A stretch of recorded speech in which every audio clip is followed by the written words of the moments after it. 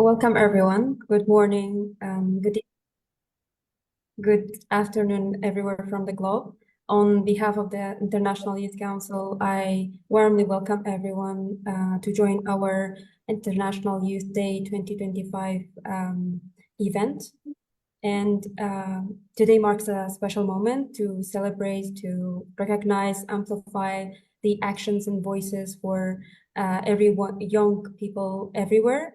And the theme of this year is local youth actions for sustainable development and beyond, which highlights that youth are not only future leaders, but today's innovators, problem solvers, from local projects to fighting inequality, connecting cultures. They are shaping a more sustainable future. And today's program will cover opening remarks, keynote addresses, panel discussion, and Q&A session. To officially begin, it's my great pleasure to invite our first speaker, Ms. Kathy Wu, who's the Executive Director of Communications at IYC, who's also a global education leader and tech innovator, heading the Win Plus Education and Technology in Harvard Square. Her career spans work with UN, Oxford, economics, and humanitarian efforts across 5 continents, and also a graduate of Harvard Kennedy School and Rutgers. She champions inclusive and tech-enabled education for the next generation. Ms. Wu, please join us and share your opening remarks. Thank you so much.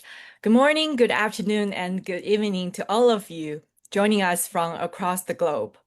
It is my distinct honor and heartfelt pleasure to welcome you to this year's International Youth Day 2025 webinar, hosted by the International Youth Council headquarters. Today, we gather under a theme that could not be more timely, more urgent, or more inspiring: youth-led community innovations, driving SDGs progress from the ground up.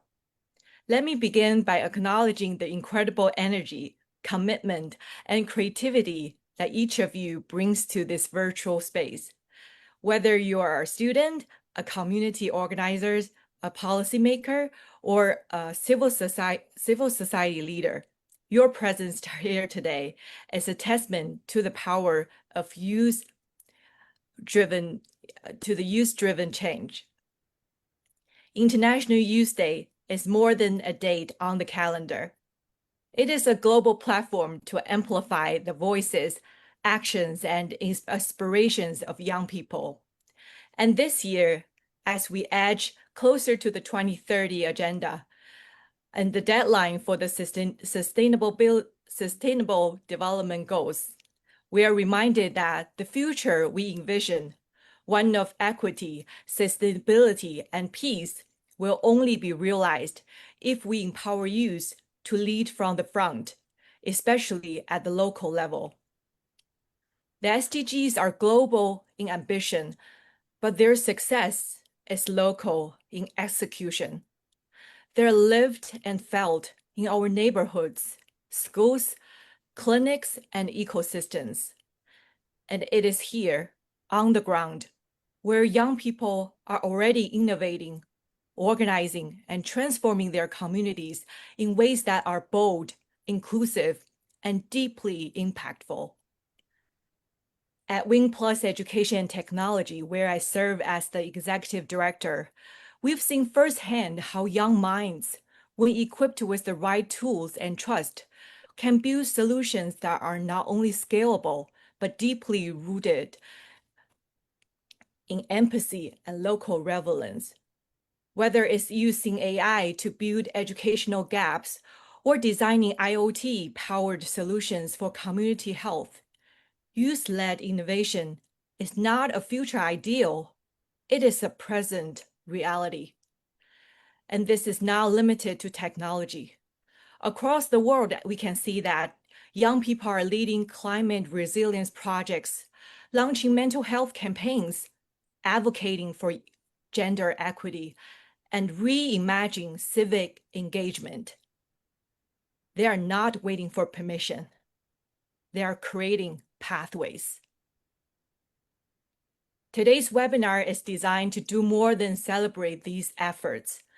It is a space to learn from them, to share best practices, and to build bridges across sectors and geographies.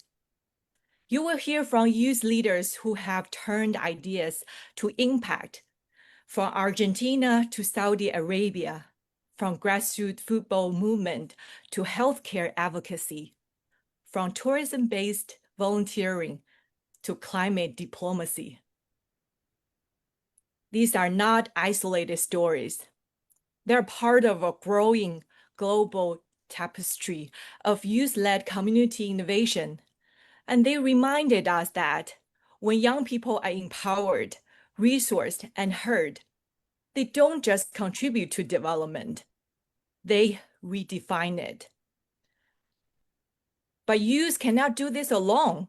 We need stronger partnership between young changemakers and local government, civil society organizations, academic institutions, and the private sector.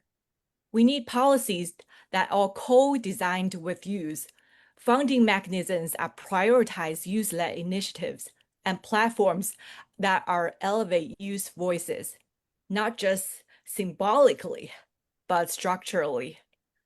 At IYC headquarters, we are committed to fostering these collaborations.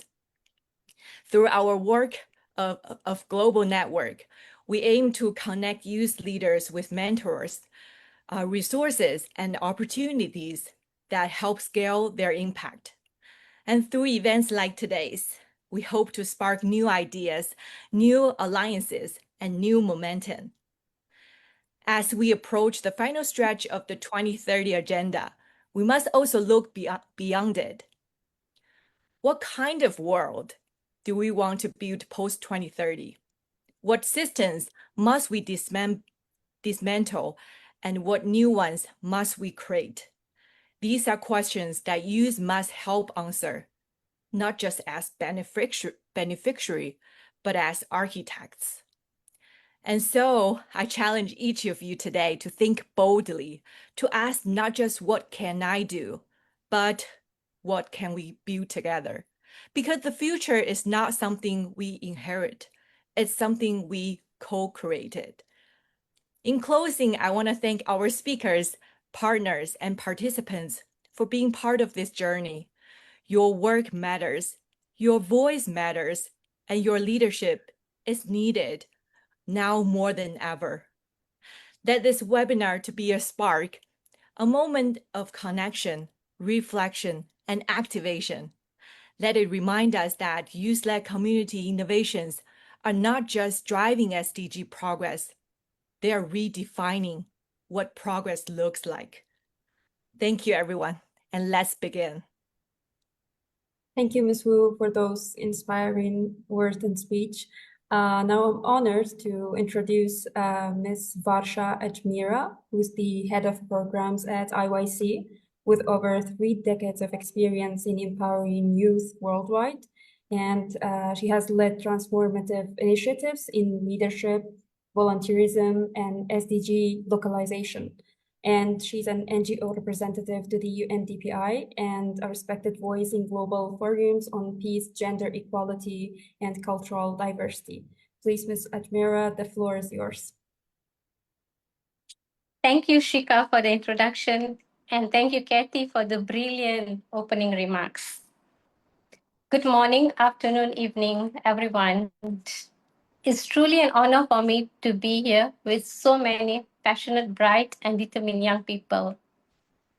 I want to take a few seconds to thank the International Youth Council for giving me this opportunity and honor.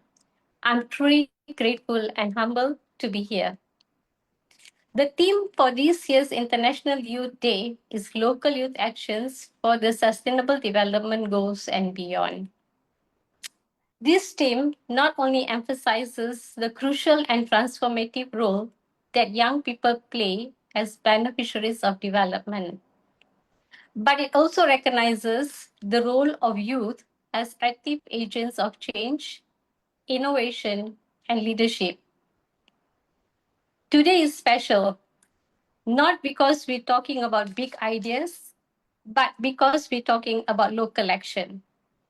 The kind of action that starts small but have ripple effects in ways we can't always imagine. When we talk about sustainable development or sustainable development goals, it can sound distant, like it belongs to some galleries of powers, for example, government offices or UN reports. But the truth is this: it starts in our homes, our streets, in our markets, in our neighborhoods, and in the hands of people just like you and me.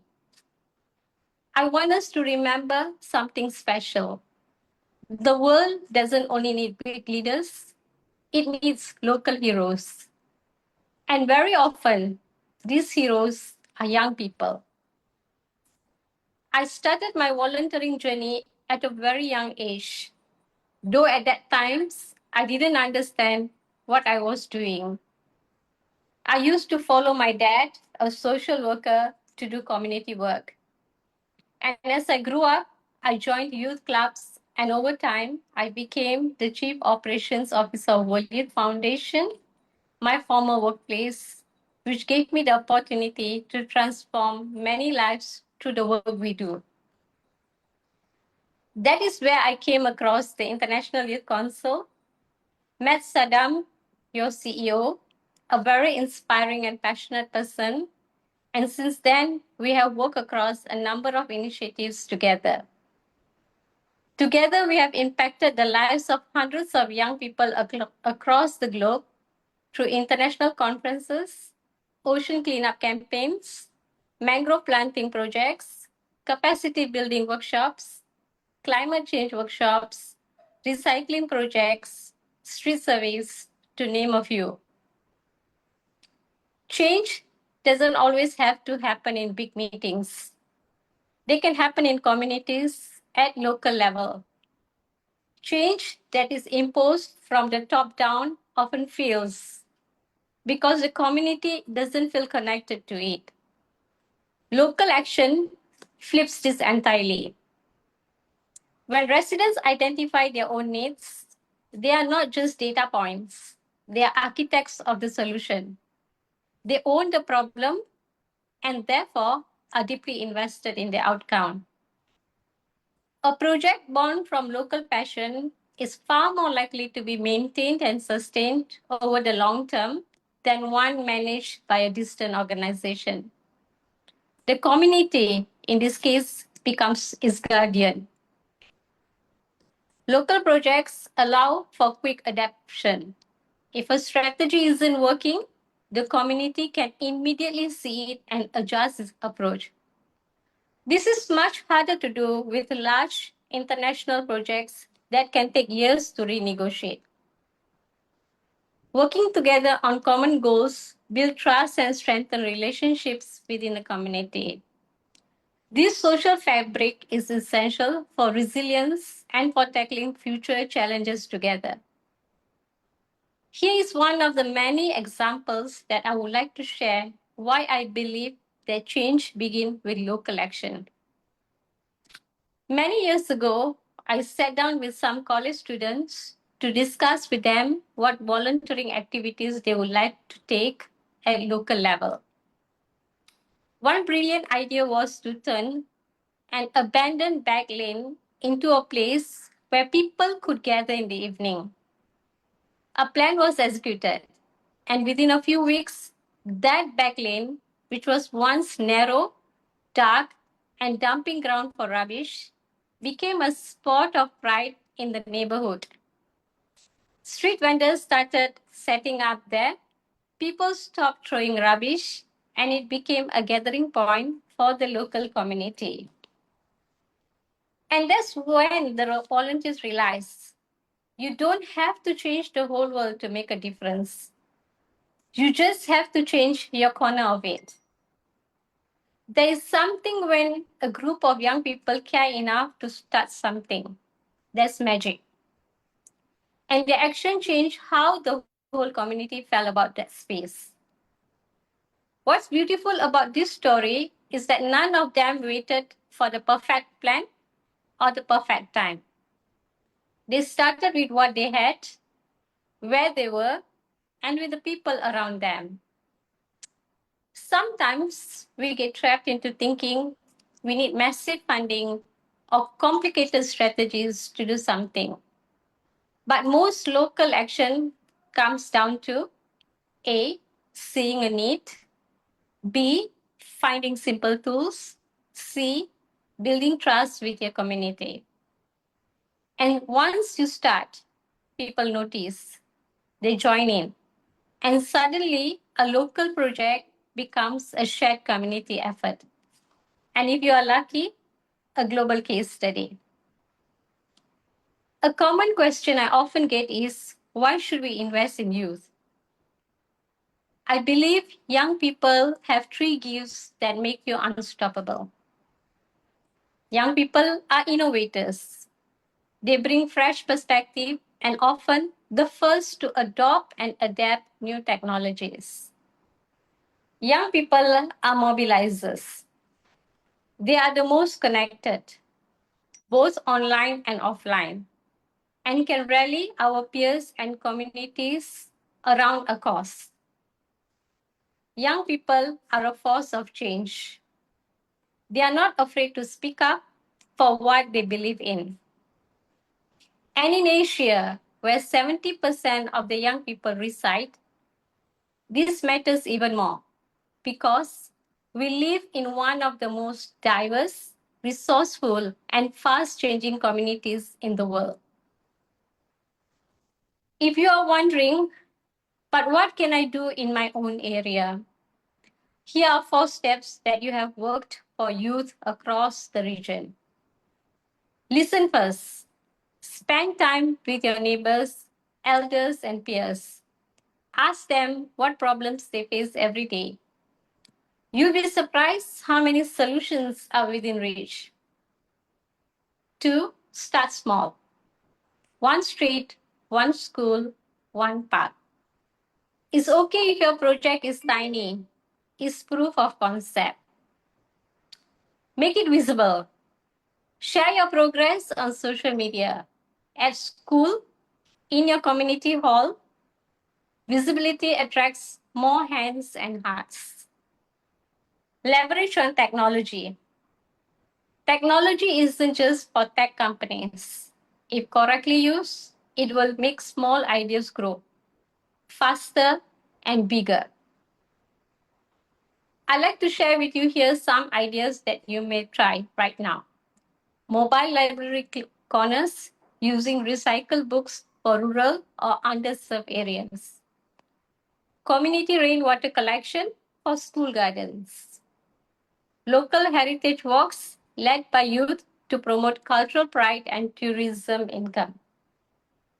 Tree planting challenges tied to festivals or sports events. Skillshare weekends where young people teach basic computer skills, first aid, or creative arts to their communities. When you take local action, you don't just solve directly the problem, but you contribute to the global goals or the sustainable development goals. The future is not something we inherit, it's something we co-create. By engaging and empowering young people, by providing them with the tools, and by building a supportive community around them, we empower a generation to not just dream for a better world, but to build it, one local action at a time. Let's be the generation that proves local action is not small action. Let's be the one who, years from now, can say to the next generation, we started something that mattered. Thank you. Thank you, Ms. Ajmira, for your powerful keynote address. Now we will move into our panel discussion, which is about youth at the forefront, case studies of local sustainable development goal action. In this session, young leaders and their partners are going to share how local actions are making a real impact and inspiring similar efforts globally. Before I do that, before I start introducing the panelists, I'm going to introduce myself.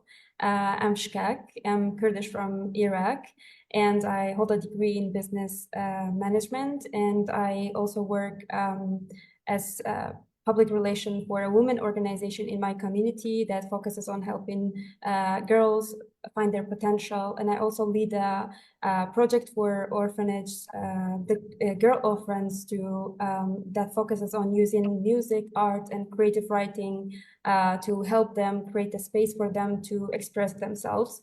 And I joined IYC proudly as a project associate recently, and I'm honored to moderate today's session. To begin, again, it's a pleasure to introduce our first speaker of the panel, who is Mr. Tariq Hassan, who is the Executive Director of Partnerships at IYC, and over a decade in climate advocacy, stakeholder engagement, and policy reform. And he's the founder of Arab Youth Sustainable Development Network, and he's the only Yemeni to attend all 5 UN Environment Assemblies. And he trained hundreds of youth around across West Asia. And he holds a degree from Italy, Malaysia, Cairo, and Oxford. Mr. Hassan, please share your insights. Yeah, thank you very much, Shaka, for your introduction. And I'm very pleased, and I have to say, like, happy International Youth Day. Well, on behalf of the International Youth Council, I would like to congratulate all the youth across the world on this great day, and to share their involvement at the national level, where the youth can lead an action to take the sustainable development goals, or to implement such projects to implement sustainable development goals. From my experience, while we are actually implementing a variety of projects in Yemen, actually, we had implemented several projects that achieved different UN SDGs, such as education, and also health, as well as poverty, as well as the energy and climate change goals. So, like 4 of the goals that we have implemented such projects in Yemen into different what we call projects, and due to the conflict in Yemen, actually, we have poverty, as well as the energy and climate change goal. Trained a variety and 100 of youth actually on the education for sustainable development goals, and how youth can be engaged in achieving those SDGs at the national level, regional level, and also international level. We also do such advocacy and promoting those SDGs publicity through different platform and through different social media platform. Well, what I can say is actually youth are the main power, actually, and the main change of tomorrow. We need the United Nations to support those young people across all the world, especially from the global south. We also encourage the United Nations actually to support on promoting and engaging youth at the international level, especially on the decision-making process. We also, before we highlighted the role of youth at the national level and engage them at the national level, we also call upon the United Nations to give space for the youth from the global south to be decision makers, and to stress that to their governments and to their nationalities, to support them and to implement and to engage them at the national level. There are a variety of different youth from all across the global south, where the governments are neglecting their perspective, their views, and their engagement. So we call on the United Nations to stress this to the local governments, actually, to engage more youth and to support them and to engage them and to promote them at the international level, especially when there is very strong negotiations, either in climate change or either in different sustainable development goals. While, for example, last month was the the UN High Political Forum, actually, where some countries have shared their progress on achieving SDGs while other countries have not achieved even a single goals due to their situations, due to their circumstances. So we upon call the member states all the world to engage those youth and to give them the opportunity and to give them the chance to work on implementing and to support them and supporting them in implementing such projects at the national level. With the youth, in the global south, they cannot do anything while they don't have any support. Most of the youth are suffering of education. They are lacking of knowledge. They are lacking of understanding what the meaning of UN SDGs. So while and some of the youth are suffering from finding some water, while some youth are suffering from finding food. So before that, we really stress on the government on to help those kind of youth and young people because we actually depends on youth because they are the champions of the world tomorrow. While we in International Youth Council, we are promoting actually the youth advocacy. While we IYC has many accreditations at the UN entities and different UN entities. We are trying our best actually to promote and to help and to assist and engage youth at the national level and to raise their voice and to say that the voice of youth are there. At the same time, we also implementing different projects in different countries across the world, like Yemen, like Sri Lanka, and other countries. We encourage all youth across the world to promote sustainable development and to learn and to build their capacity. And we hopefully at the IYC in the future, we are actually building and doing some training and building the capacity of youth so to be enabled and to enable them to face the challenging and to build their capacity and providing them some skills, especially while we are talking today about artificial intelligence. We need more youth to be engaged and to learn about AI technologies and how they can be engaged in achieving the SDGs, either at the national level or regional level or international level.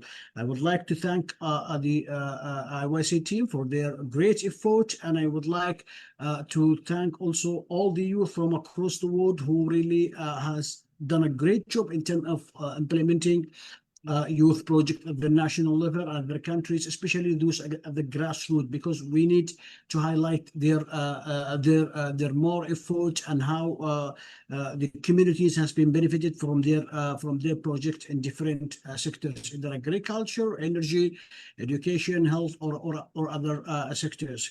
At the end of my interventions, I also would like to thank those who followed us and who really joined us from speakers and also from following us through our social media networks. And I really encourage them to look up what IYC is providing them at the near future. Thank you. Thank you, Mr. Hassan, for sharing your experience, and also thank you for all your efforts that you are doing. Next, please let's welcome Ms. Emily Cossey, who is the head of Tiny Hands Initiative at IYC and leads a global charity connecting travelers with volunteer opportunities for children in need. And she's the former Miss Tourism Queen of the year of 2023-24. And also she empowers youth through service and storytelling. And she transforms tourism into a tool for compassion, bridging cultures and causes. Miss Emily, the floor is yours. Thank you very much for that introduction. Hello, everyone. My name is Emily Cossey, and like was said before, I'm the head of the Tiny Hands Initiative at the International Youth Council. It's such an honour to be part of the discussion today on local youth actions for SDGs and beyond, especially on International Youth Day. This theme feels very personal to me because my own journey actually started with something incredibly local. Not in my hometown, but in the communities I visited whilst I was travelling.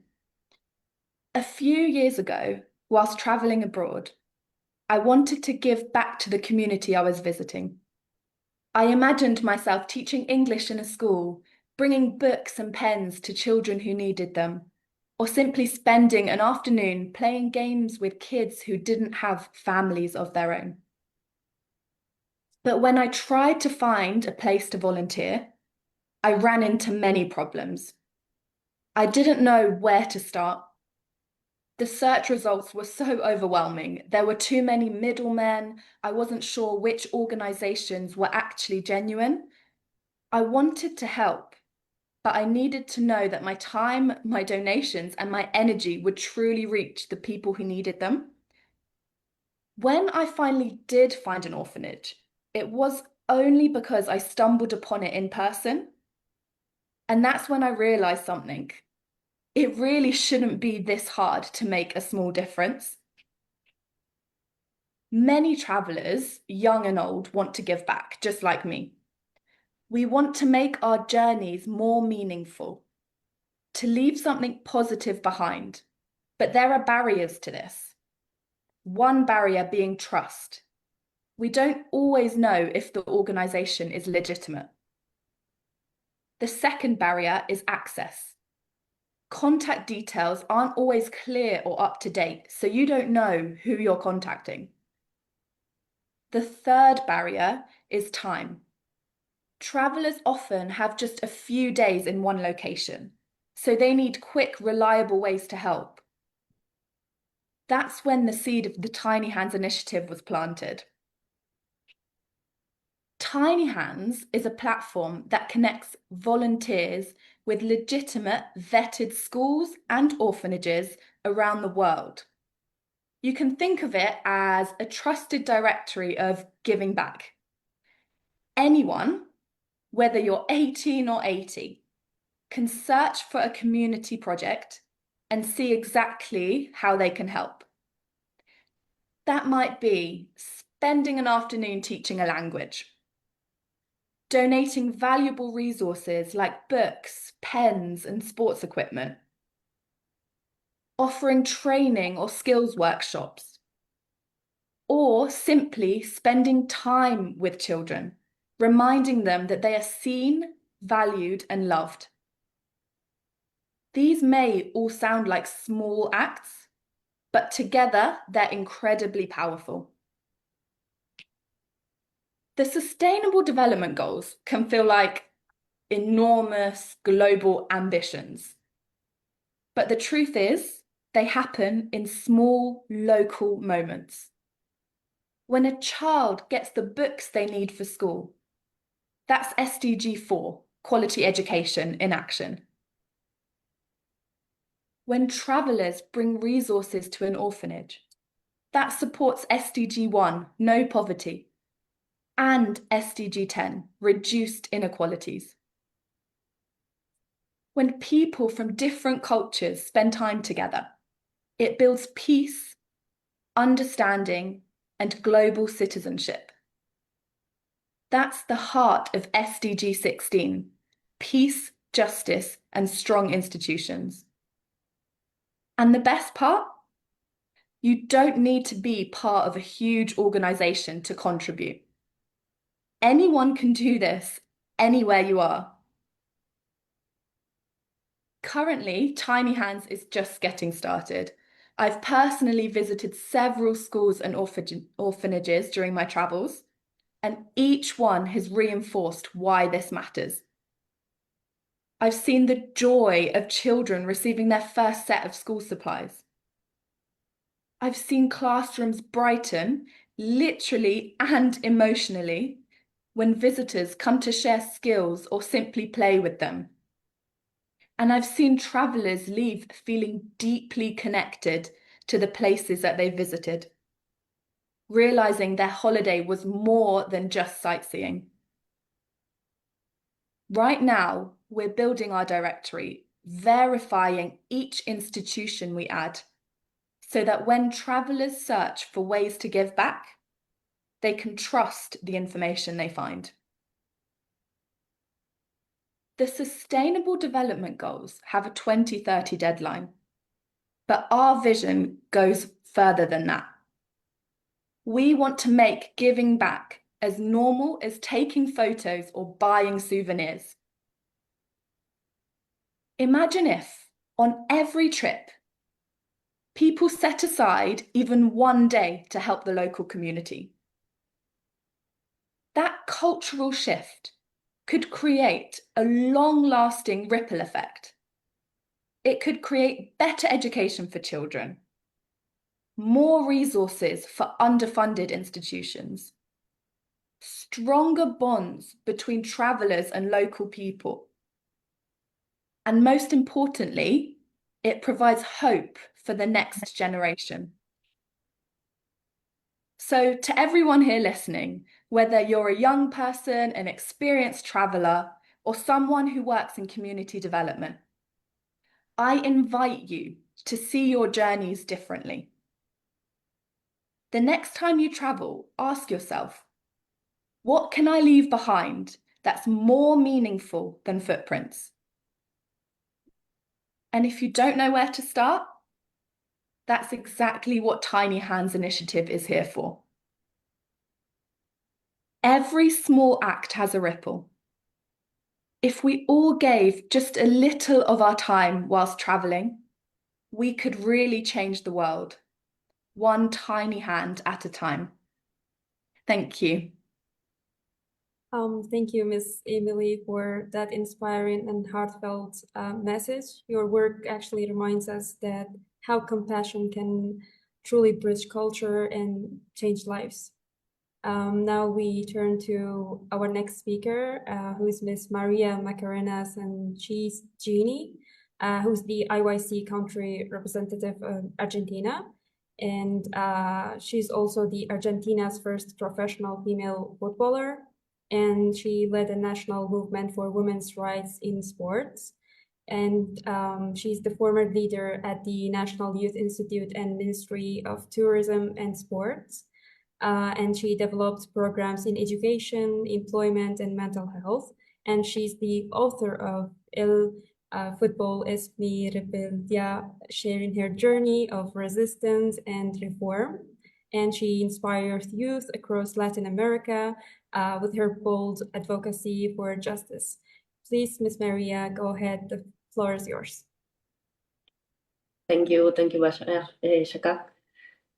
Bueno, muchas gracias por la presentación, gracias a todos por estar conectados y por seguir este encuentro. Yo voy a hablar en mi idioma, que es español. Para mí mi idioma es muy importante, es sinónimo de independencia, democracia y soberanía, así que espero que, bueno, que los que están conectados y todos en el panel puedan entenderme y, bueno, voy a intentar hablar un poco lento en mi idioma para que ahí abajo se pueda traducir de una manera que todos puedan entender y puedan seguir estas reflexiones que voy a hacer en el día de hoy sobre tecnología, sobre igualdad de género y sobre juventud. Contando también un poco mi experiencia y lo que viví desde un lado más personal en mi carrera como futbolista profesional en Argentina. Bueno, en el siglo XXI la tecnología y las plataformas digitales no son solamente herramientas de comunicación, creo también que son instrumentos de transformación social. Hoy con un teléfono, con acceso a Internet, es un canal que se puede convertir en un canal importante en el que se puede convertir una denuncia, es un medio de formación, es una plataforma de visibilización también, y se puede transformar también en un espacio de organización colectiva. Y creo que cuando estas herramientas se utilizan de forma estratégica, tienen el poder de acelerar procesos procesos de cambios que tal vez antes requerían muchas décadas o muchos años. Uno de los ámbitos donde este impacto es más evidente es en la lucha por la igualdad de género. La tecnología permitió durante muchos años que muchas mujeres y diversidades puedan exponer las brechas existentes, generar comunidad, acercarse a otras mujeres, a otras diversidades y poder compartir esas desigualdades que viven, coordinar acciones globales también a partir de ese encuentro y esas comunidades, y sobre todo romper el aislamiento que históricamente ha debilitado las luchas sociales.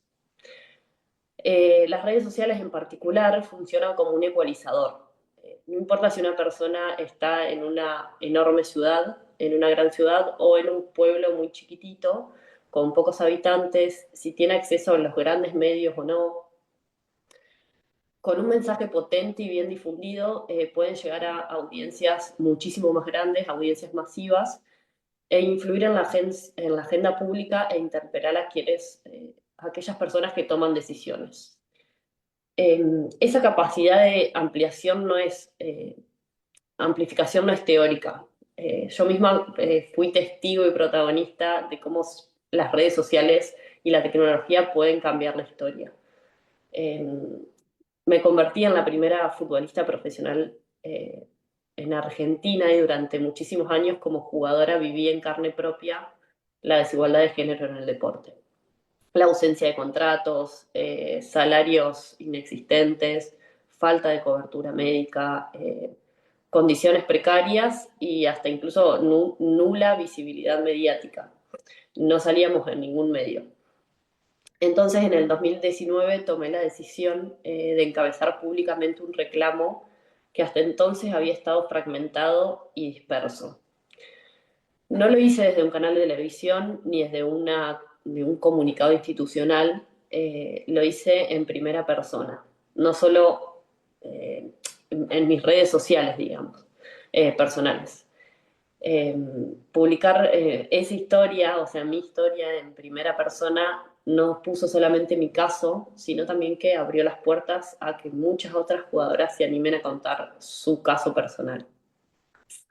En poquito tiempo, en pocas horas, el mensaje comenzó a expandirse y a circular de forma exponencial y masiva, y el alcance superó las fronteras. Los medios de comunicación de distintos países se hicieron eco de la situación del fútbol femenino en Argentina, y lo que inicialmente fue un reclamo nacional terminó siendo un movimiento global.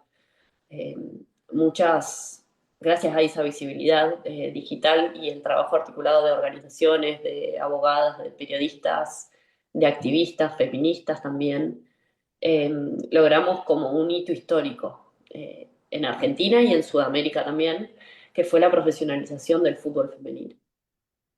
En ese momento se dio en Argentina y eso desató después, se amplificó como la voz y desató luchas en distintos puntos de América Latina y del mundo también.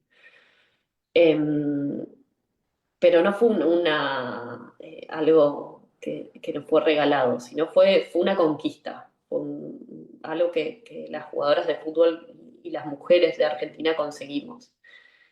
Y el catalizador de ese cambio fue sin duda la tecnología y las redes sociales. No fue el único, pero sí fue un medio y una herramienta muy importante para nosotros en ese momento. La potencia de ese fenómeno no radica solo en mi caso. La reacción internacional mostró algo mucho más grande. Eh, Como les contaba recién, mujeres de todo el mundo, incluso aquellas que nunca habían jugado al fútbol, nunca se habían interesado por ningún deporte, se sintieron identificadas con esa lucha, porque reconocían en ellas las mismas estructuras de desigualdad que enfrentaban ellas mismas en otros ámbitos de su vida, en su trabajo, en, no sé, en la universidad, en la facultad, en la política o simplemente en su vida cotidiana. Ahí la tecnología cumplió el segundo rol clave, eh, que fue tender puentes. Nos conectó con otras personas de otros países, de otras culturas, nos permitió compartir estrategias, apoyarnos mutuamente, comprender que aunque teníamos contextos diferentes, las barreras eran bastante similares. Y en ese proceso el deporte se reveló como una herramienta social de enorme valor. Y esto para mí es lo más importante de lo que yo hice desde siempre, eh, porque practicarlo o apoyarlo en igualdad de condiciones no promueve solamente la salud y el entretenimiento, sino también que une a las juventudes, reduce las tensiones sociales, las tensiones políticas y las diferencias culturales, y crea espacios donde la meritocracia real, basada en talento y en esfuerzo, reemplaza las discriminaciones estructurales. Hoy estoy, bueno, como contaba Shakak, un poco resumiendo como mi paso en el Instituto Nacional de Juventudes, en el Ministerio de Turismo y Deportes de la Nación, y bueno, mi rol como jugadora de fútbol hoy retirada, pero hoy me encuentro como en un rol que para mí es sumamente importante y en esto quiero destacar a Saddam y agradecerle públicamente por su generosidad y por convocarme a este proyecto que él empezó con otros jóvenes hace muchísimos años.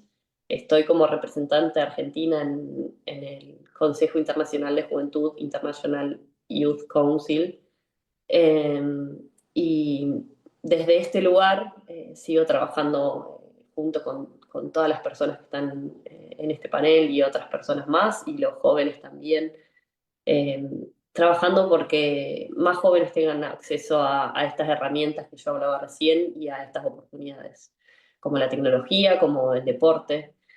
Eh, Porque sé por experiencia propia que cuando combinamos juventud, deporte, tecnología y una causa justa, no hay brecha que no pueda cortarse. Eh, y por último, quería decir que la tecnología por sí sola no cambia el mundo. Soy una convencida de que las personas que hacen que haya un cambio significativo y un cambio real son los jóvenes. Puntualmente son todas las personas, pero puntualmente creo que los jóvenes tienen un sentido de revolución muy difícil de encontrar en otras generaciones. Y creo que eso hace que la lucha, que el empuje, que la fuerza, que las ganas de cambiar el presente y el futuro de ellos mismos, de su comunidad, de sus pequeñas o grandes comunidades, de sus grupos, de sus familias y del mundo entero, sea el motor que impulsa eh, esos cambios y esa lucha y esos proyectos. Así que creo que es importante que como mensaje final decir que creo que la tecnología y las redes sociales cuando estas herramientas se ponen en manos correctas y se orientan hacia objetivos colectivos, se convierten tarde o temprano en un acelerador de justicia. Y eso en muchos casos termina siendo, en casi todos los casos termina siendo muy beneficioso para las mujeres y las diversidades. Así que muchas gracias. Thank you so much. Thank you for sharing your powerful journey with us and your unwavering advocacy, which I'm sure that your story is an inspiration for young people across Latin America and even beyond.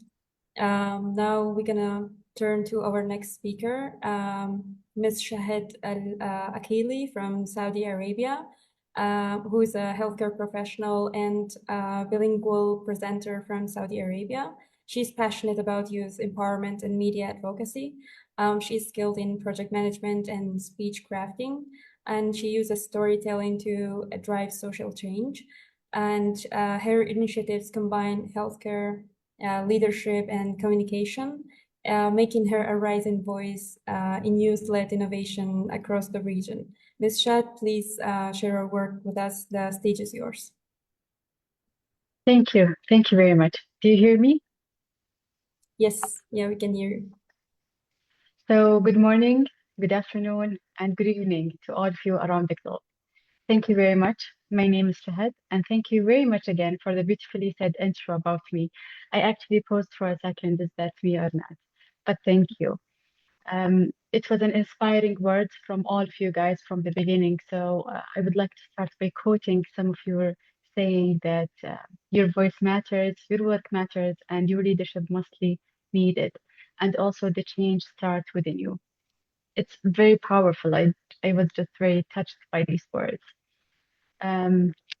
Today, as we're here celebrating the Youth-Led International Day, nowadays youth leadership means turning challenges into opportunities, connecting global ideas with local needs, and acting with courage, purpose. And also, I have led initiative that mentor young generation in leadership, advocacy, and public speaking, empowering them to lead awareness campaigns. I believe true empowerment comes through sustainable partnership between institutions, governments, and youth organizations. When global vision meets local actions, we don't just change systems, we transform lives. And it's the youth who can make this transformation happen. Now, not someday. Youth leadership today is about equipping the next generation with vision, resilience, skills to navigate the interconnected and rapidly changing world. It's no longer limited to traditional rules. It's about young leaders acting as a catalyst for innovation, inclusion, and community transformation. And from my participation in global forums and speaking engagement, I believe international inspiration becomes truly impactful when adapted to the cultural, social, and economic realities of the local community. For example, lessons from international healthcare transformation projects can inspire local hospital programs that enhance patient experience or improve operational efficiency. But they must be tailored to our unique healthcare ecosystem and social needs. At the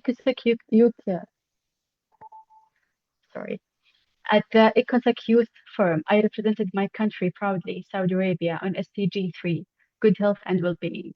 My goal was to make sure global health goals become real changes in our communities, better access to care, stronger healthcare system, and focus on prevention. And I believe young leaders have powerful role in shaping health policies that work for everyone everywhere around the world. Moreover, mentioning initiatives where young professionals are trained in leadership, advocacy, and public speaking. These programs have amplified youth voices in policy discussions and encouraged them to lead awareness in various sectors. And I would like to share like a little story of me. When I start being a mentorship for a young lady, I ask myself, what should I give to her? Or how can I help her or change her mind or just make an impact for her? The surprise was, it's not me who learned. It's not me who learned her. Actually, I taught from her a lot of things. She was brilliant young um, lady. She was even in college. And I thought, Shahad, you're not the one who always giving. You have to listen to youth. You have to learn from them. And this is what exactly happened. Youth empowerment requires cross cross-sector collaboration. And in my experience, partnerships between healthcare institutions, government bodies, NGOs, and youth organizations create a platform where young leaders can gain resources, mentorship, and real-world project opportunities. The key is to ensure that these partnerships are long-term and mutually beneficial, focusing not only on immediate results, but on building and empowered young leaders who can influence future policy and innovation. Youth leadership is not about waiting for permission, it's about making initiatives, building bridges, and creating solutions where none exist. In healthcare sector and beyond, I believe that empowered youth are not just the leaders of tomorrow, they are change makers of today.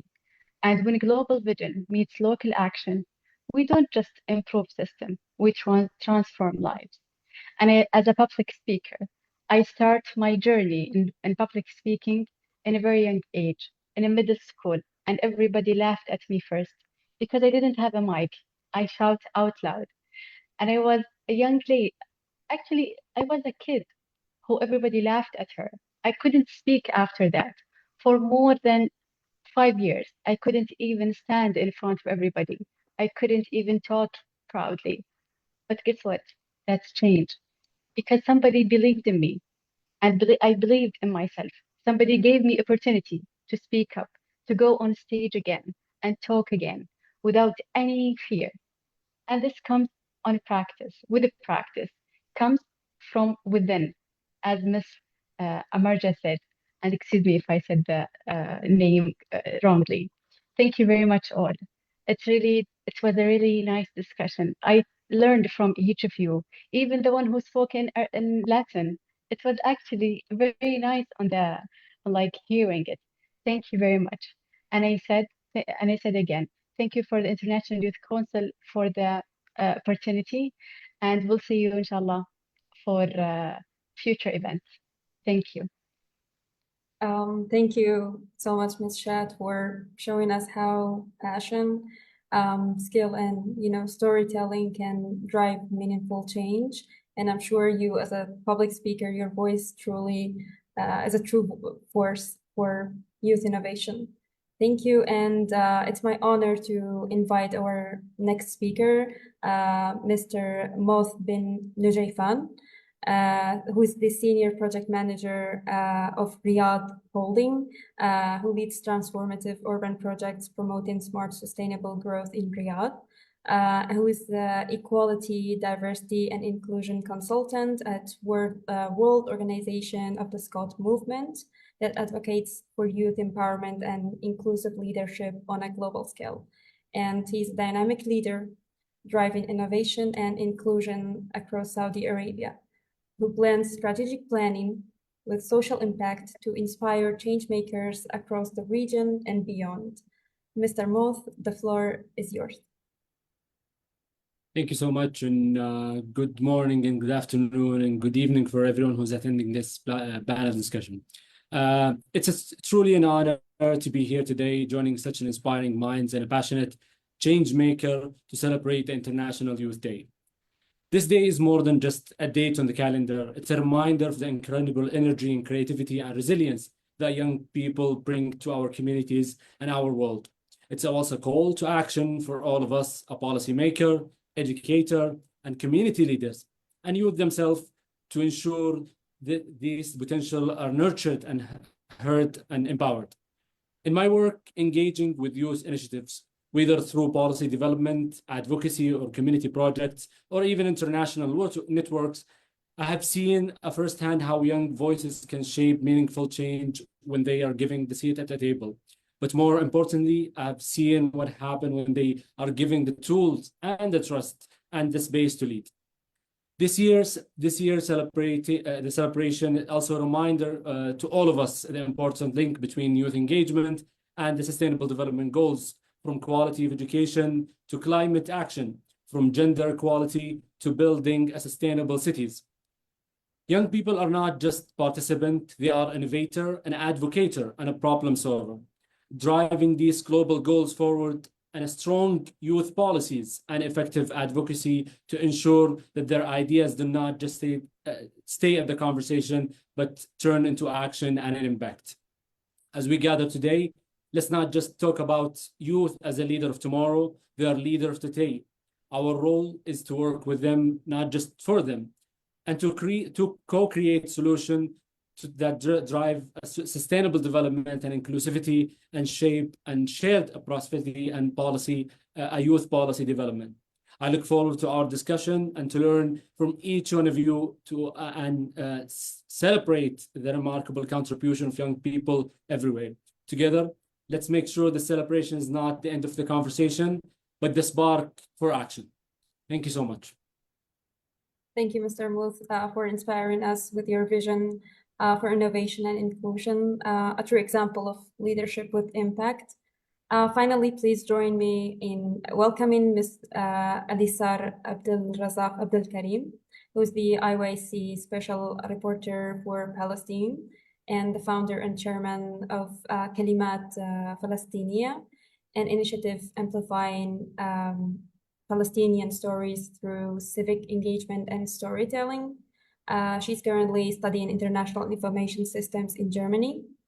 She's the youngest TEDx speaker in Ramallah, starting her public speaking journey at 16. Has addressed global forums, including Global Summit of Women in Abu Dhabi and the World Muslim Leadership Forum in London. She met with prominent leaders like Mary Robinson and engaged with top policymakers advocates for gender equity, sustainability, youth empowerment, shaping impactful global conversations. Please, the stage is yours. Thank you so much for the great introduction. Hello, everyone. My name is Alisar Abdelkarim. I was born and raised in Palestine my whole life. I left Palestine at the age of 17 to pursue my bachelor degrees in Germany in information systems, which is basically a combination of computer science and economics. I also currently work at an automotive cybersecurity company and also run my own nonprofit, Kalimat Palestiniya. First of all, I would like to thank the International Youth Council for always ensuring to amplify the voices of youth from different communities and for giving us the space today to talk about our local initiatives that allowed us to create even global changes. As I introduced myself, I was born and raised in Palestine, and growing up in Palestine, I faced many challenges and heard about many challenges around me that the youth and children face in Palestine. And I always question why children in my community and youth in my community face unusual challenges. It was until I reached the age of 14, I wanted to experience what usual childhood is and what usual youth experiences. I left my comfort zone and went to a boarding school outside of Palestine.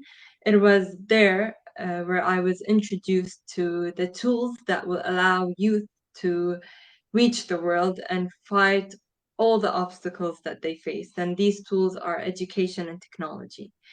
I came back to Palestine at the age of 15, determined to give back these tools and distribute such tools to different communities in Palestine, in my homeland. There, I started Kalimat Palestiniya. Through Kalimat Palestiniya, I aim to empower Palestinian children that live under critical conditions through education and technology. I started Kalimat Palestiniya as a very small initiative where I collected funds from people around me, and there was a huge engagement, and I was able to collect about 150 tablets, and these 150 tablets were distributed in East Jerusalem and the West Bank. And I taught children through different tutoring sessions how to educate themselves by themselves through SOUL, self-organized learning environment. This allowed me to, as Ms. Shahad said, also learn a lot from these children and gave me the drive to amplify their voices further, which allowed me to be present in different global platforms. Kalimat Palestiniya journey didn't just stop there. We also reached Gaza, which at the moment, unfortunately, faces a lot of challenges and a lot of absurd events. At first, we invited a lot of children. In 2023, we invited a lot of children from Gaza to Jerusalem to join a football camp. And through this football camp, they were taught team building skills, soccer skills, and also communication skills. When they toured the city in Jerusalem, we saw the wonder in their eyes when they saw soccer shoes that are usual for all of us, but unusual for them, unfortunately. So we were determined through Kalimat Palestiniya to collect funds to distribute such football shoes to these children in Gaza. We collected these shoes in 1 week, for about 41 shoes, but unfortunately it took us 5 months to distribute these shoes to them. I remain in connection with these children until this day, and really they teach me a lot, and they are very, very wise. And once you give them the tools and skills that they need, I'm sure they would be unstoppable, just like I was. I came from a normal Palestinian community, but after I was given the tools and education, the right education and tools, I was also unstoppable in making the voices of the people in my country reaching the world. And this is not the end. Kalimat Palestiniya was also licensed through the Palestinian Ministry. At the age of 19, I was able to license it, and we were able to create many other initiatives. This day, we, of course, do some traditional aid efforts to ensure that the physical needs of people are met, but also we want to concentrate on something that is usually overlooked, which is the psychological aspect of this whole thing. And we aim to establish a psychological, like sort of activities that will help the children to cope with all the challenges that they face, whether it's in Gaza, in the West Bank, or East Jerusalem. We aim to provide them with the psychological needs, the educational needs, and the technological needs for them to be able to face everything and all the challenges, and hopefully have their voices reach the world through their words. And that's why I called my nonprofit Kalimat Falastiniya. It's called it translates to Palestinian words, because I want their Palestinian words to reach the world. And I think it's very important to emphasize that youth could actually be unstoppable no matter what challenges they face when they are given the tools and when we show them that we believe in them and that their existence and words actually matter. And I say that from a personal experience, because at first I thought that no, I don't matter, from the way I'm treated, from daily struggles I face as a Palestinian. But then when I was given the right tools, the right education, I saw that my voice matters and that I'm unstoppable, and so does any other youth around the world. And thank you so much. Thank you so much for sharing your inspiring work and your dedication to amplifying the Palestinian voices. And I do hope that your efforts and of others like you help bring a brighter and more peaceful future for Palestine. And with that, we conclude our panel presentations. And I want to thank each of our speakers for sharing their journey with us and showing us how local actions are driving the sustainable development goals forward. We will now open the floor for questions and answers in our Q&A session, which is moderated by Ms. Cecilia Delfino. I will now hand it over to Ms. Cecilia. Thank you, Shaq. Hello, everyone. How are you? Hope everyone is fine. I'm Cecilia. I'm going to introduce myself very fastly. It's a pleasure being here with all of you today. I'm Cecilia from Brazil. I have a background in international relations, currently studying ESG management. I work currently with business intelligence in private sector, and in parallel, I work as volunteer for an organization focused in empower women and girls in politics throughout advocacy, training, and research. And also volunteer supporting refugees in their social and economic integration here in Brazil, especially Venezuelan refugees and migrants. And I also have a background in research with circular economy and peace studies.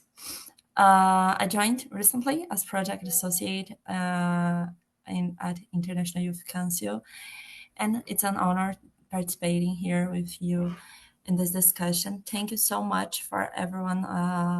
It was very, very insightful for me, really. I'm honored to hear you from all of you. We have some questions.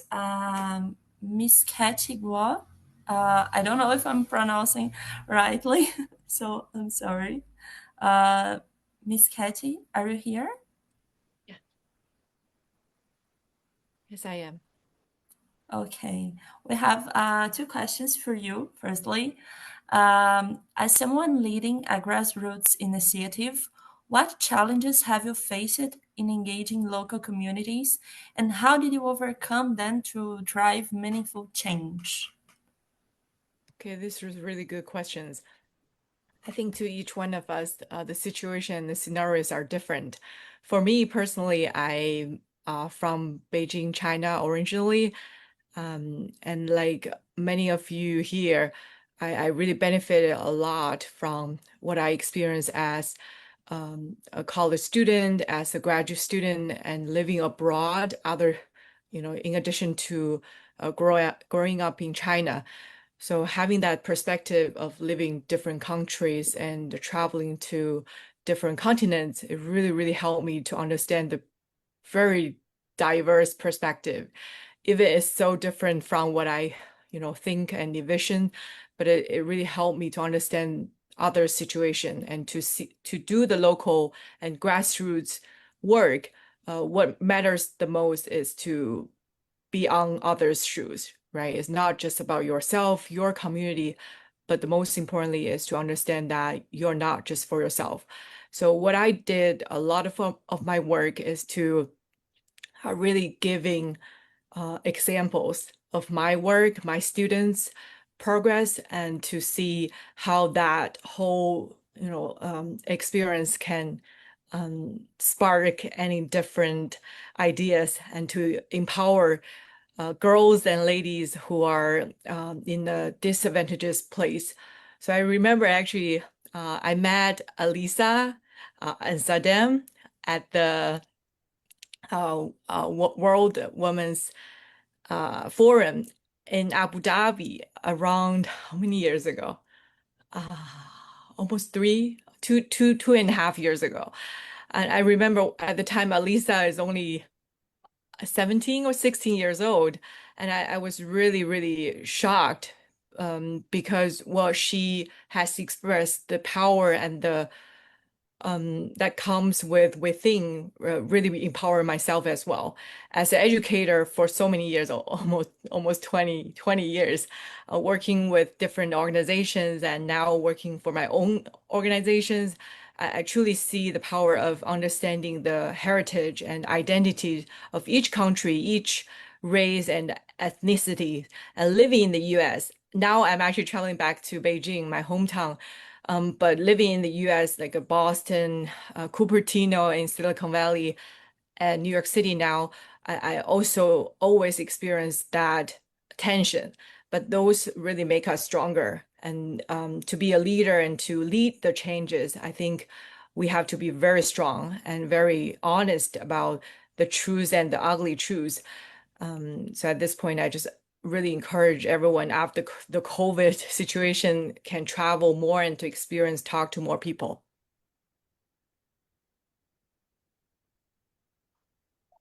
Thanks. Thank you, Ms. Hedge. We have another question, and I think you already answered a little, but I'm going to repeat the question. Actually, not repeat, but to make the second question, because I think you can complement and add more comments. In your experience, how can young leaders balance addressing immediate local challenges while aligning their efforts with the broader global SDG framework? Focusing in ESG. Yeah, there's so many good examples I can share, but one of them I just saw Tarek on my right-hand screen that we actually met at the COP28, which is the United Nations Climate Change Conference in Dubai. That happened to be the same country, right? UAE that I met Alisa and then Tarek and Sadem again at the the COP28. The reason why I was there is that what I did within my organization is to help Asian, especially Chinese students, underprivileged or the ones that they want to understand the global affairs, conflicts, and to travel through these kinds of UN platforms. And the COVID-28 is the first conference that I personal like a lead with 6 Chinese students, and they are around 14 to 16 years old. Before traveling, I thought, oh, I might be the only adults leading everything. But then I find all of their voice are super heard, in that spheres. And we had, to show the research that the student did in front of the China Pavilion. And many youth around the same age came and approached us asking, what's going on? What is this about? And, showing the posters with, on that site without any planning. I think that engagement, not just helping my student, but also me, my country, youth in my country to voice what they have not had the chance. So I really appreciate Tariq at the time introduced me of his work. I feel like that's a big, huge work that he's always leading a group of youth that's going to speak out and to give specific situation that's usually we don't hear of. And I would love to give this platform to Tariq actually, because he's from Yemen, and always I heard conflicts, on the ground on a daily basis. Do you mind share some of your experience with our audience? Yeah, Kathy, thank you very much. Thank you for highlighting this. Yeah, yes, actually, in terms of integrating the grassroots work, to the international level or to the worldwide level. Most of the organizations, especially the youth organizations that who has been implemented such projects, either related to climate change or related to education or renewable energy or to water or whatever else. The benefit of that is actually we collect a lot of data actually, and we collect a lot of lesson learned from the ground. We collect a lot of the list of beneficiaries. So basically, once we be invited to the global level, for example, UN Convention for Climate Change or maybe other related UN. So we use this data to highlight the role of that youth NGOs that is being affected, or maybe affected impacted the community and has helped those communities. Most of the organizations nowadays, basically, once they work at the national levels, they go and promote the work, seeking for further funding or seeking for further corporations with either UN entities or different other regional or international organizations. While we implemented a variety of projects across the country, actually, we have been involved with ILC, for example. I will give you one example of that. We implement a project with the International Land Coalition, actually, in 2000s, I think, 20, for example, like this.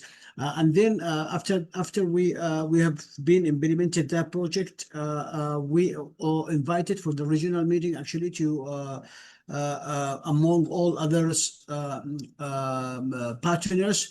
We show our work on what we have to do in terms of land governance and how we can involve and engage the civil societies and stakeholders in land governance governance in the Arab world. And then we have been invited for the Global Land Forum to attend and to show our work. So basically, one of the most important is actually to implement a project at the ground level and to make advocacy and to share it with others at the global level and international level.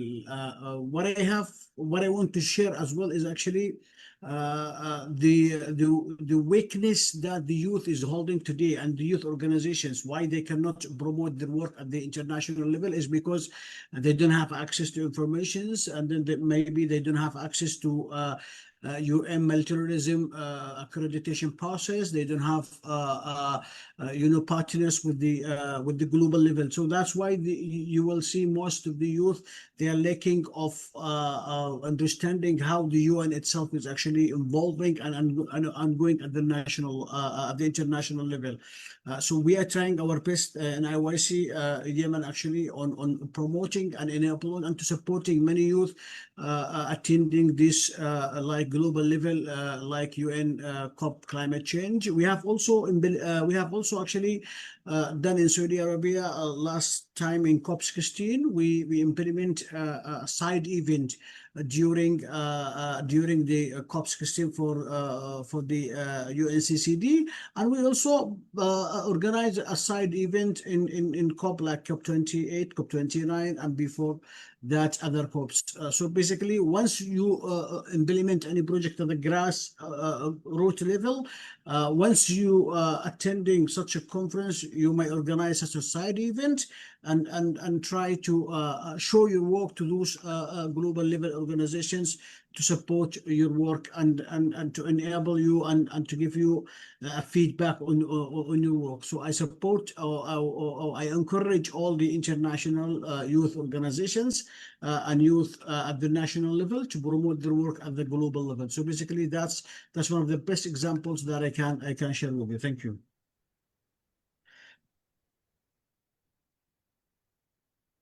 Thank you, Ted. How to pronounce your name? I'm so sorry. I'm a little afraid of pronouncing wrongly. Tarak? It's Tarak, I think. Yeah, Tarek. Okay. Thank you. I'm sorry. Is anyone want to make questions? If you have questions, our audience, if someone wants to ask something for our panelists, we are open now. Just open your microphone.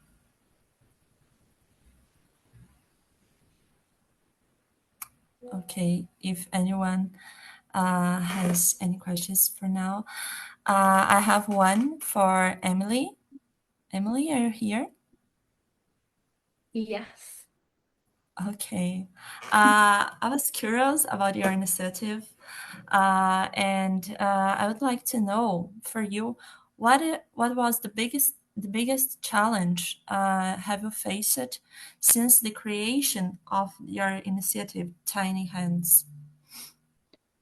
I think the biggest challenge, I touched upon it in my speech a little bit, it's mainly about finding schools and orphanages that are genuine, so that you can find the contacts for them directly. Because at the moment, if you go online or if you're abroad, it's very difficult to find the direct contact of them. Usually, what happens is you'll find an email maybe of another organization that can put you in touch with them, or you'll find a WhatsApp. Sometimes I found WhatsApps just online. And so you WhatsApp this person, you call them, but you don't actually know if it's legitimate. You don't know where they're going to take you or whether the location that they've given is correct. So you go with obviously the good hope that it is. And luckily for me, the ones that have found, I've verified and I've seen firsthand that the help goes directly to them. But easily that could have been anyone on the other side of the phone or on the other side of the email. You don't know. And I think that's the main challenge that we're bridging. We're bridging travelers and institutions, orphanages and schools, and getting rid of the middleman, so you know directly that is actually helping. So you actually, the efforts that you put in are genuinely helping the children.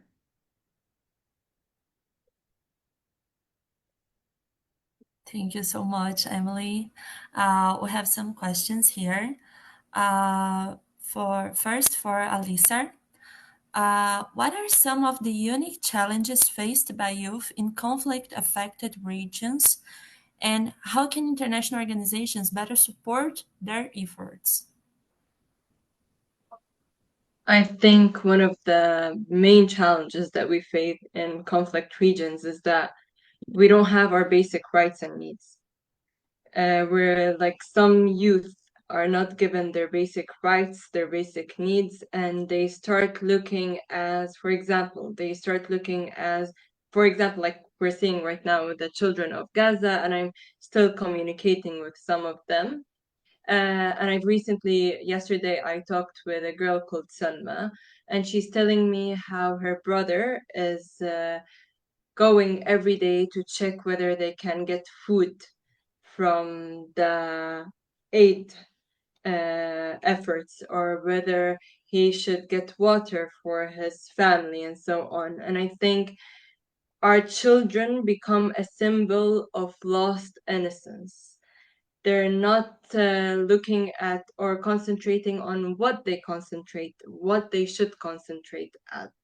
They're concentrating on basic needs that they shouldn't be even thinking of at such a young age, which makes them overlook their education, the need to develop themselves as children. And thus they overlook the fact that they have a voice that needs to reach the world. With that being said, this can also give them the wisdom to sort of overlook any challenges. I think that the main challenge is that they unfortunately become a symbol of lost innocence, like a child without childhood. That's it. Thank you so much, Alisar. We have another question now for Moath. Are you here? Oh, yeah. How can private sector organizations contribute to empowering youth-led local actions for sustainable development? Well, this is a very important question to have in terms of all the sector. How can they contribute to sustainable development goals? In terms of the private sector, I think when it's come to most of the companies that we work with are aligned in terms of sustainability and how can we fund those projects and how we can make sure there is a contribution to that sector and making sure there is a sustainability for those projects. The private sector have a lot to offer and have a lot of responsibility in terms of supporting young people initiatives and how we can make sure that we advocate more for those kind of contribution. So going back to the question, there is a lot in terms of funding. There's a lot in terms of supporting legislation, supporting advocacy for policy making. For my case, I think one of the things that we have closely worked with is the Saudi Youth Policy initiative that we have established within My Breeze Foundation.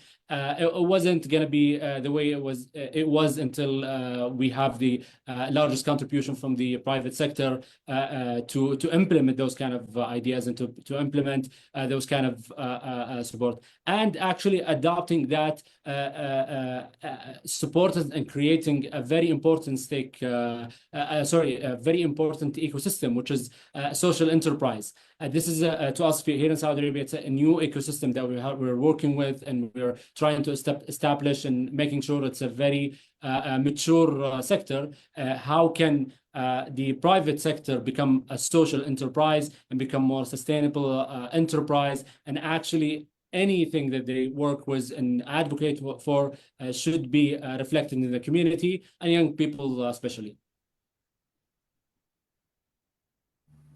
Thank you so much for your answer. It was very, very insightful. Now for Shahad, what strategies have you found most effective in mobilizing youth in your region to take ownership of local SDG challenges? Thank you, Cecilia. I say it correctly, right? Yeah. I like her name, by the way. So thank you for the question. I think one of the most effective strategies has been creating the platforms where young people can be heard and they're capable to influence others. In Saudi Arabia, I found that connecting SDG challenges to like healthcare and well-being, since I am in healthcare, to issue that directly impact youth and impact lives with are more invested. So we combined mentorship, skills building, and leadership as well, and communication and opportunities to lead communities initiatives. So that youth are not just participating, but also a decision makers as well. So I think partnerships between with local institutions and leveraging social media have also been a key in amplifying their voices and turning awareness into an action. One of the initiatives that I mentioned in the SDG was specifying a doctor for each family here in Saudi Arabia. So these kind of initiatives that makes youth and everybody, their voices are heard. So when we need something, when we want something, this is to go to the correct platforms and share our insights and our leadership ideas. And hopefully I answered the question correctly. Thank you. Thank you so much, Had. Very, very interesting. For Tariq, what role do partnerships play in amplifying youth-led initiatives, and how can young leaders effectively approach organizations to build meaningful collaborations? Yeah, well, that's a good question, actually. Basically, when the youth is actually want to involve, they should be like a volunteer, for example, or with any organizations, so they can be benefited, and then they can be involved with those organizations. You know, this is the best way that youth can be engaged through volunteerism. This is one of the thing. The second thing is actually youth can be engaged through what we call it, building their capacities through different programs that the organization is actually doing and implemented. While the other local initiatives, yes, for partnerships, yes. Partnerships need any local initiative, either lead by the organizations or lead by the youth.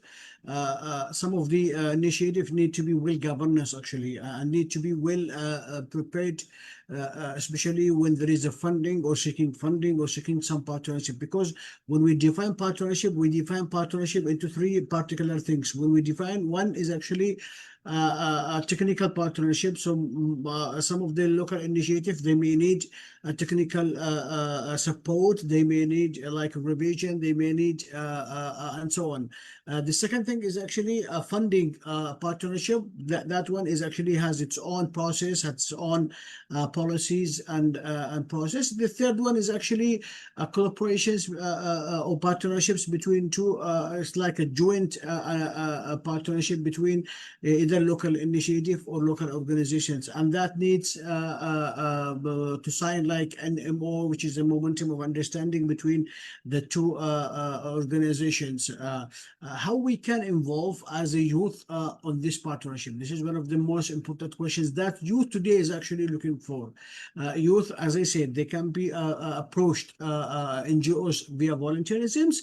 They can be engaged with them through their programs, training, forums, or conferences, whatever, and also they can by themselves they can offer their services to those organizations and to show their capabilities and the skills to the foundation that they do have such skills, so the organizations can be benefit.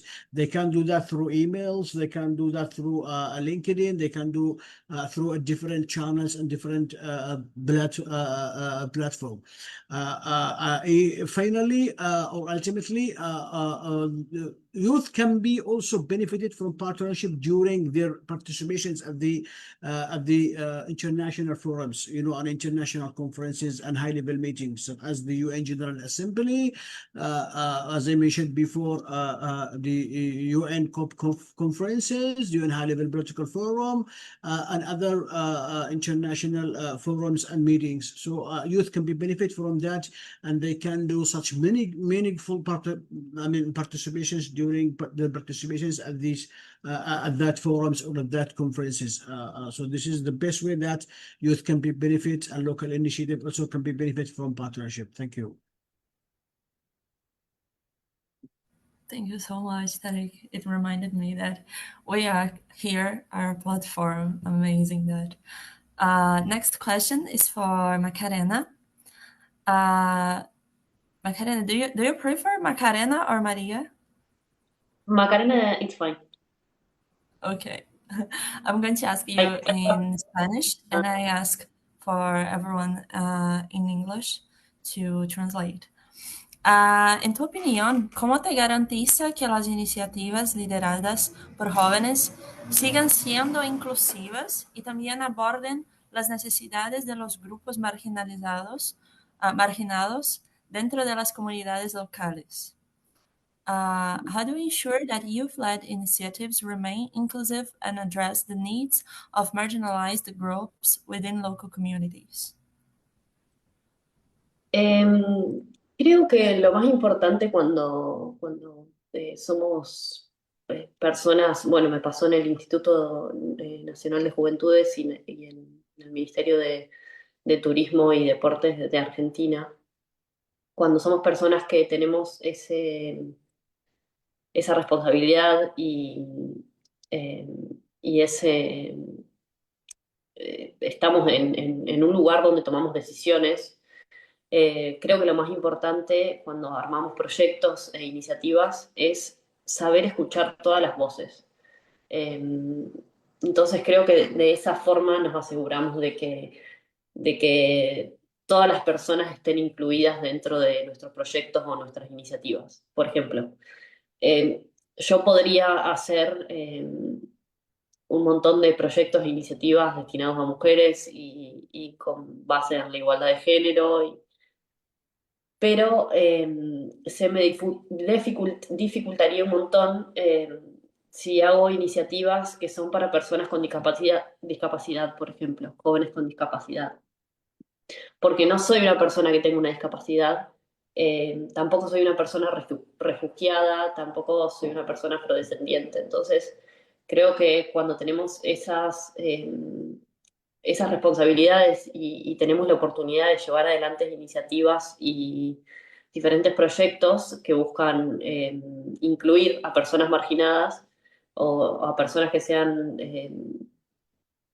diariamente discriminadas, lo importante es juntarse con esas personas, con ese grupo de personas y escucharlas y saber que sus problemas o sus inquietudes van a ser incluidas dentro de esos proyectos y esas iniciativas que nosotros planteamos. Entonces creo que lo más importante para no dejar a nadie afuera e incluir a personas marginadas es escuchar sus voces y poder incluir dentro de esas iniciativas las inquietudes de todas las personas.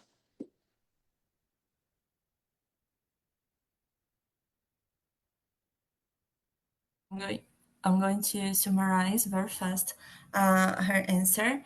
And she said about knowing that how to hear all voices from everyone, from every backgrounds, from different countries, regions, and different personalities, different disabilities, sometimes race, gender, everything, social classes, because being inclusive and bringing everyone to the table and knowing that their demands will be included within the projects, within the initiatives, and that all the structure that we are trying to create, the projects, and also all the sustainable development will include their initiatives, their voices, and their demands, especially. I think I covered a little bit. Does anyone have another questions?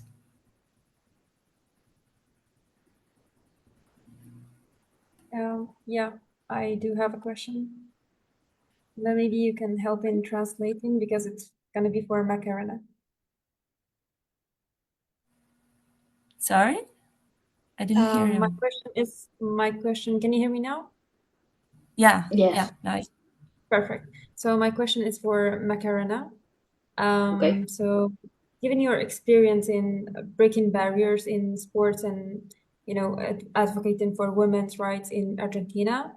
What advice would you give to young women and activists, in countries like my country, like Iraq, since still women here face a lot of challenges in sports and beyond?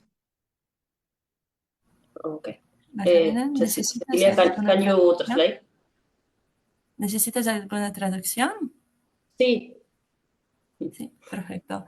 Ella dijo que, dado su background, sus experiencias de activismo, sus proyectos, ¿cuáles sugestiones usted daría a chicas como a mujeres y chicas de otros países como de ella, de Irak, para que puedan avanzar a la lideranza, a igualdad de género, igualdad de género? Sí. En primer lugar, soy muy, muy respetuosa de las culturas, de las religiones y de los otros países. Entonces, más allá de los consejos que yo puedo dar, es muy diferente cómo se vive la igualdad de género en cada país. Pero creo que lo más importante es, como decía al principio, usar el deporte como una herramienta de usar. El deporte es una herramienta masiva, es una herramienta que convoca a mucha gente en general, y el fútbol muchísimo más. Entonces creo que lo importante es, más allá de los diferentes, de las mujeres que estén en diferentes lugares, entender que usar la herramienta deportiva, usar el fútbol como una estrategia. Creo que es importante eso, que cada mujer pueda sentirse primero contenida dentro de lo que es el fútbol, dentro de lo que es el deporte, pueda sentirse cómoda, y luego que el deporte y que el fútbol sea para cualquier mujer un medio para hacerse escuchar, hacer escuchar sus voces. Para que todos conozcan cuáles son las realidades, en este caso de las mujeres de Irak.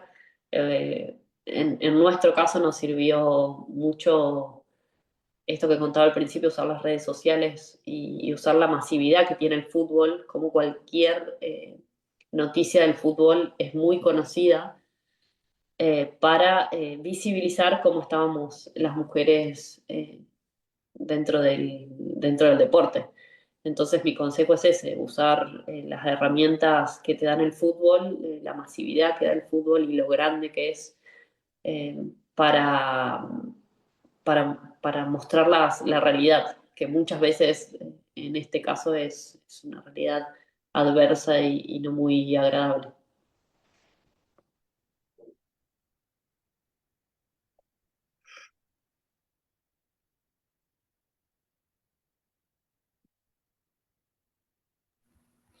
I'm sorry. I'm trying to summarize for you, Shak.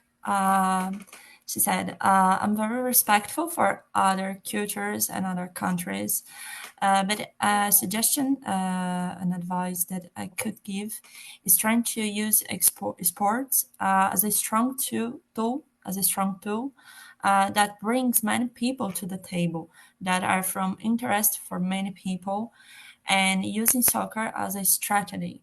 So the woman could feel empowered, and the soccer could be a tool for every woman, for them being heard, being empowered, being more strong, and use this as a tool to show everyone the reality of the inequalities, and in many cases, unfortunately, this reality is not the best, is from inequalities, and to show them this and trying to overcome through this tool, the soccer, to search and advance with the gender equality and women's rights. Thank you. Does anyone have any other questions?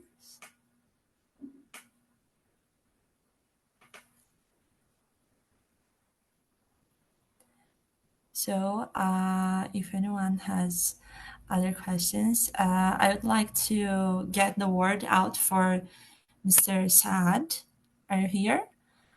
He's our head of operations, and I think he has some final comments for us. Yeah, thank you, and thank you all for attending this webinar.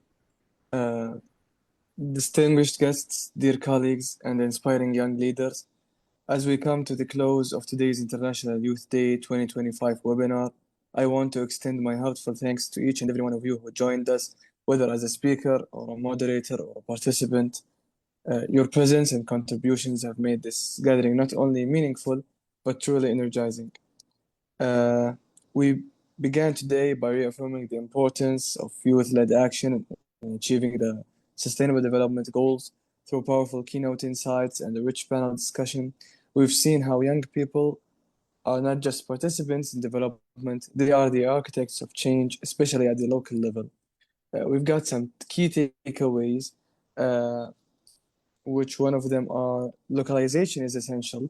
The SDGs must be translated into community realities, and youth are uniquely positioned to lead that translation. Also, youth are catalysts. Their creativity, proximity to local challenges, and bold thinking make them indispensable to grassroots innovation. Also, the third point, it's beyond 2030. We must empower youth not only to accelerate progress now, but to shape the vision for sustainable development beyond the current agenda. Scale and support matter. The initiatives we heard today, from climate action to inclusive education, deserve to be amplified, resourced, and replicated. So let us commit to supporting youth-led community innovations, not just in words, but through policy, funding, mentorships, and platforms. Let us build ecosystems where young change makers can thrive, collaborate, and lead, and let us ensure that their voices are not only heard, but embedded in decision-making at every level. To our panelists, Tariq, Emily, Macarena, Shahad, Muad, and Elazar, thank you for sharing your journeys and insights. You've reminded us that leadership is not defined by age, but by courage, clarity, and commitment. To our moderators, keynote, Ms. Vasha, Ajmera, and Ms. Kathy Gu, thank you for guiding today's dialogue with grace and purpose. And to all attendees, the work doesn't end here. Let this be a beginning, a spark that ignites action in your communities and networks. Together, we are not just celebrating youth, we are empowering them to lead the way. Thank you, and may your efforts continue to drive progress from the ground up.